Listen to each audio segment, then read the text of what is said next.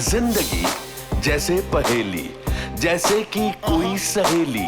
जिंदगी जैसे कहानी, थोड़ी नई थोड़ी पुरानी। कभी चाबुक, कभी चॉकलेट, कभी रौनक, कभी धक्कम पेल।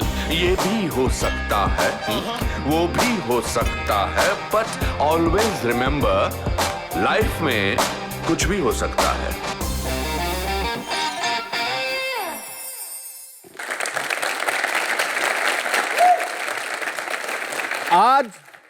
आज जो मेरे मित्र यहां आए हैं वो एक मिसाल है मेहनत की, दृढ़ निश्चय की और रवैये की।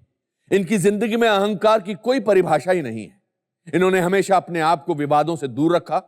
आम आदमी के असली हीरो, द खिलाड़ी of the Hindi film industry, please welcome superstar Akshay Kumar.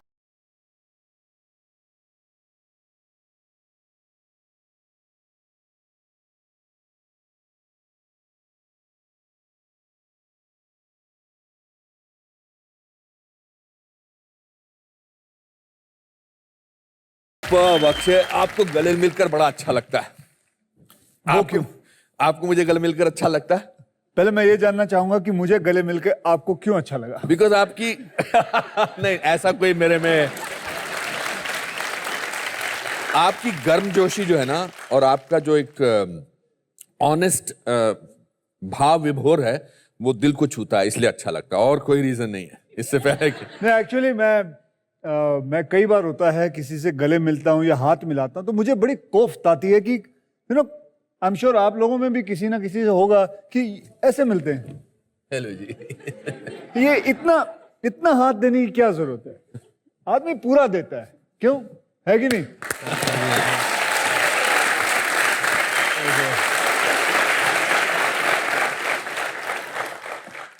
आप हर चीज शिद्दत से करते हो और मुझे वो बहुत अच्छा लगता है। मैंने आपके साथ 16 फिल्में की हैं। आपने पिछले 22 साल में कम से कम 120 फिल्में की हैं, और उससे पहले आपने बहुत कुछ किया, बहुत सारे पापड़ बेले हैं।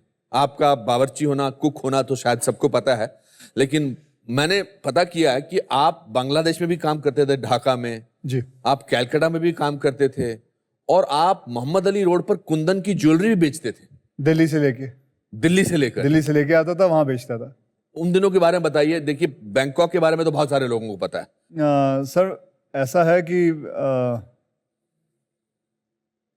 आपने पढ़ाई की, कितनी पढ़ाई की आपने?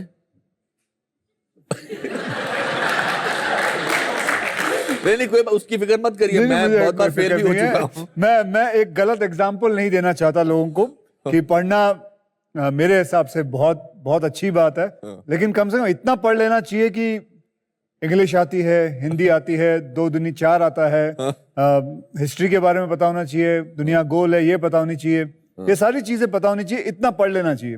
अच्छा। मैं उतना पढ़ लिया था। अच्छा। उससे आगे नहीं पढ़ पाया। अच्छा। क्योंकि मुझे इतना शौक नहीं था पढ़ाई का। अच्छा। मैं किताबों को देखता था, मुझे नींद आ जाती थी। अच्छा। पता नहीं क्या था। और एक अच्छी बात भी थी कि जब सोना होता तो किताब पढ़ लेता था। अच्छा। एक पन्ना पढ़ते ही नींद आ जाती। तो लेकिन my father used to always tell me, Akshay बेटा इतना पढ़ लेना कि ताकि कभी किसी के सामने खड़ा हो तो बात कर सके। हाँ। मेरे फादर की इच्छा थी कि मैं पढ़ूं, बहुत पढ़ूं, और मेरे फादर लेकिन ये भी जानते थे, मैं कहता हूं मेरे फादर जैसा सबको फादर मिले। मैं इतनी बड़ी बात कह रहा हूं क्योंकि उन्होंने मुझे हमेशा समझते थे। वो जानते थे कि मुझे स्पोर्ट्स में दिलचस्पी है। ठीक है बेटा, तू जितना पढ़ना है तू उतना पढ़, लेकिन स्पोर्ट्स में करना है ना, मैं तेरे साथ हूं। मेरे साथ वॉलीबॉल खेलने चलते थे। किसी के भी पिताजी आते नहीं थे देखने, लेकिन मेरे फादर हमेशा रहते थे। He used to act like a water boy. मतलब सबके लिए पानी लेके जाना, ऑपोजिट टीम वाले को भी पानी पिलाते थे। तो मतलब आज मैं समझता हूं मेरे अंदर अगर स्पोर्ट्स के लिए इतना जज्बा है, इतना प्यार है, तो उन्हीं की वजह से है, क्योंकि उन्होंने मुझे कभी रोका नहीं, किसी बात पे टोका नहीं। ये अगर वो चाहते तो मुझे कहते पढ़ाई के अंदर घुस, और मेरा दिमाग इतना नहीं था, मैं नहीं इतना पढ़ सकता था, मुझे नहीं मजा आता था पढ़ने में इतना। ठीक है, मैंने उतना पढ़ लिया, मैंने 12वीं कर ली, बस उसके बाद मैं नहीं पढ़ पाया। मुझे स्पोर्ट्स सारा दिन खेलना, and that part my father understood it very well. He himself was an accountant and उन्होंने कभी फोर्स नहीं किया मुझे। फैंटास्टिक। तो आपने पढ़ाई जितनी भी कर सकते थे आपने की, उसके बाद आपने क्या किया, आप कहाँ गए? उसके बाद then I went to Bangkok. Bangkok चला गया क्योंकि वही सबसे सस्ता मजबूत टिकाऊ देश था जहां मैं कुछ मार्शल आर्ट सीख सकूं एंड वी कुड अफोर्ड। और तभी 22,000 रुपये की टिकट होती थी जाने के लिए, आने जाने के लिए। मुझे अभी भी याद है कि क्योंकि वो 22,000 में भी 18,000 मेरे पिताजी ने किसी से लोन लेके किया था, तो वही देन मुझे भेजा गया था। So that's it. आपके पिताजी आपको एयरपोर्ट पे छोड़ने आए थे? हाँ जी, आए थे, बिल्कुल आए थे। क्या what is that one lesson that he gave you? Because अब मिडिल क्लास फैमिली में जब बेटा देश से बाहर जाता है तो बाप आमतौर पे कोई ना कोई ऐसी बात कहता है जो मन में रह जाती है। व्हाट उन्होंने क्या बोला था आपसे? मुझे मतलब कोई ऐसा कोई लेक्चर वेक्चर तो नहीं दिया था मुझे, बस बस इतना ही कहा था, बेटा ध्यान रखना अपना और सीखना उधर और मस्ती कम करना, क्योंकि सब जानते हैं कि बैंकॉक एक मस्ती वाली जगह है। और तो बेटा अपना आराम से रहना और काम करना। और बॉम्बे में आपको पता लग गया था कि आपको एक वेटर की? हाँ, एक वेटर की नौकरी मिल गई है, क्योंकि मुझे कोई ना कोई नौकरी तो करनी थी जी, कुछ ना कुछ करने के लिए। तो वो एक नौकरी मिल गई थी और घर भी मिल गया था। वो उसी रेस्टोरेंट के ऊपर छोटा सा एक घर था जहाँ 5-6 लड़के साथ में रहते थे हम लोग। You remember the name of that restaurant? उसका नाम था metro guest house. Metro guest house. और आप पहुंच गए वहां पर वेटर बन के? हाँ जी, मैं वहाँ चला गया, तो वहाँ मैंने काम करना शुरू किया। तो सुबह मैं सारा दिन काम करता था, शाम को थाई बॉक्सिंग के लिए रोड के ऊपर ही सीखता था। फिर कहाँ गए आप?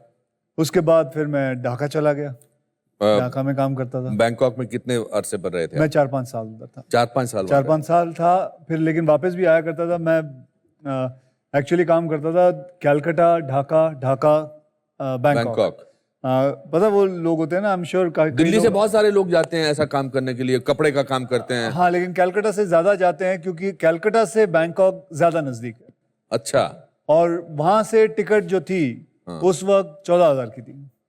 टिकट के मिडिल क्लास के लोगों को टिकटें कितनी याद रहती है? सब याद है, सारी याद है मुझे। उस वक्त के सारे जितने भी पैसे थे उस वक्त सब बहुत मेहनत से निकलते थे पैसे। उस वक्त एक फॉर्म भी होता था, P form. I don't know अभी लोगों को पता है कि नहीं, क्योंकि मैं कैलकाटा में I used to work in a travel agency. अच्छा।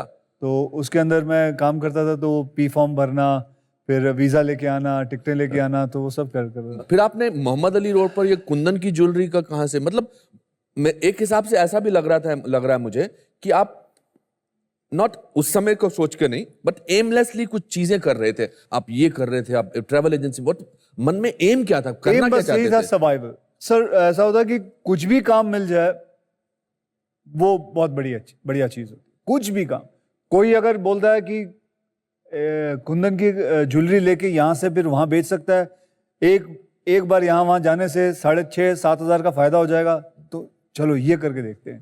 तो फ्रंटियर मेल में जाके फिर बेचना, फिर वापस आ जाना। एक तो कमाल का किस्सा है सर, मैं बताना चाहता हूँ कि फ्रंटियर मेल से मैं काफी शॉपिंग करके बॉम्बे से निकला हूँ। और अगर आप भी गए होंगे, मैं बहुत बार फ्रंटियर मेल से गया और बिना टिकट के भी एक बार मैं टिकट लेके जाता आप टिकट लेके जाते? मैं टिकट लेके जाता था क्योंकि मुझे बहुत डर था। और मैं शॉपिंग यानी कि करीबन फैशन स्ट्रीट से मैंने करीबन 4,500-5 हज़ार रुपए के सामान खरीदा है, अपने कपड़े खरीदे हैं और सारा सामान मैंने रखा हुआ है और जा रहा हूँ और चंबल में डाकू आ गए, मेरे बोगी के अंदर आ गए और मैं यूं सोया हूँ। अब मैं सोया हूँ, ऑब्वियसली जरा सी आवाज होती है तो आंख खुल गई, मैंने देखा डाकू है। अच्छा।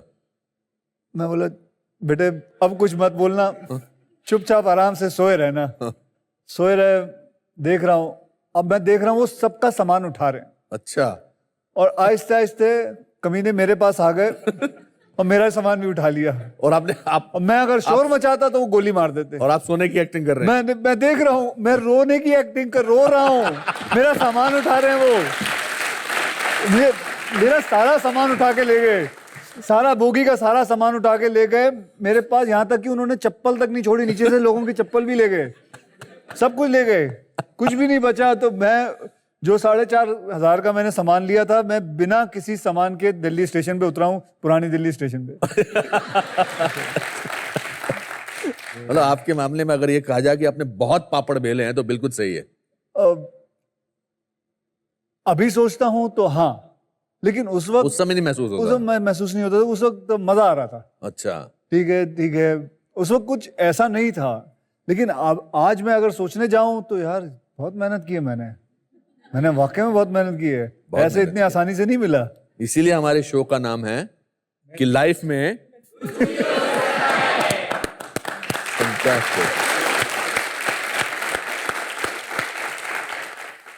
पर एक असाइनमेंट मिला आपको, एक एसी एयर कंडीशन का, उसके सामने कुछ आपने पोज करके एक हाँ 2 घंटे modeling 2.5 घंटे यहाँ वहाँ देखी, और एक 4,500 मॉडल आई, वो बैठी मेरे पास, ऐसे ही फर्नीचर था। अच्छा, ऐसे बैठी आके, फिर वो लेट गई।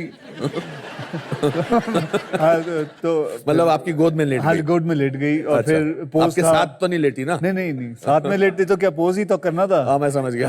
यार तो फिर यहाँ देखो, लड़की को देखो, प्यार से देखो, और बढ़िया बात है।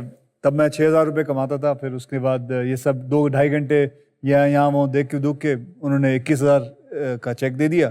तो अच्छा। मैं कहा ये तो सबसे बढ़िया काम है, ये बेस्ट काम है। फिर आपको लगा कि इसमें फोटो खिंचानी है। हाँ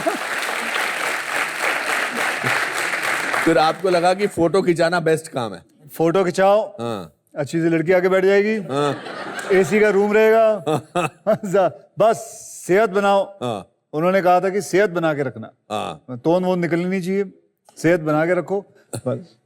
तो उसके बाद आपने एक स्टिल फोटोग्राफर के यहाँ काम किया। हाँ जय सेठ के यहाँ। जय सेठ ने हमारे, he was very popular those days, you were his assistant, light boy. जी बिल्कुल, उनके वहाँ मैं एज ए लाइट बॉय था। मैंने कई बड़े बड़े एक्टरों की फोटोज भी किए हुए हैं, जैसे गोविंदा साहब की किए हैं, संगीता बिजलानी, जैकी श्रॉफ, रेखा। तो वो आपके मन में उस समय क्या चलता था? तो अभी भी फिल्मों में काम करने का कोई आइडिया नहीं था? नहीं, अब थोड़ा बहुत आ गया था। थोड़ा बहुत ये हो गया था कि अब मैं यार मैं भी कोशिश कर सकता हूँ। थोड़ा बहुत आ गया था कि लेकिन कोशिश मतलब हीरो नहीं, कुछ छोटा मोटा कुछ मेरे को भी बीच में साथ में खड़ा कर दो पीछे। इन सब में जितने भी आपने जिन लोगों के भी नाम गिनाए, कभी इन्होंने आपको नोटिस किया था कि कोई लाइट बॉय नोट? गोविंदा जी ने मुझे अच्छी तरह याद है, मुझे देख के, मैं उनको जब फोटो खींचने के बाद शाम का वक्त उनको जाके दिखाना पड़ता था, ट्रांसपेरेंसीज होती थी। हाँ। उनको जाके दिखाना पड़ता था, तो वो देख रहा था, यूं देख रहे थे, फिर मुझे देखा, है चिकना तू, हाँ हीरो क्यों नहीं बनता? ये शब्द याद है मुझे, है चिकना तू हीरो क्यों नहीं बनता? तू? हाँ। सर क्या मजाक कर रहे हो सर? फिर देखा बेटा हीरो बन, हीरो। How wonderful.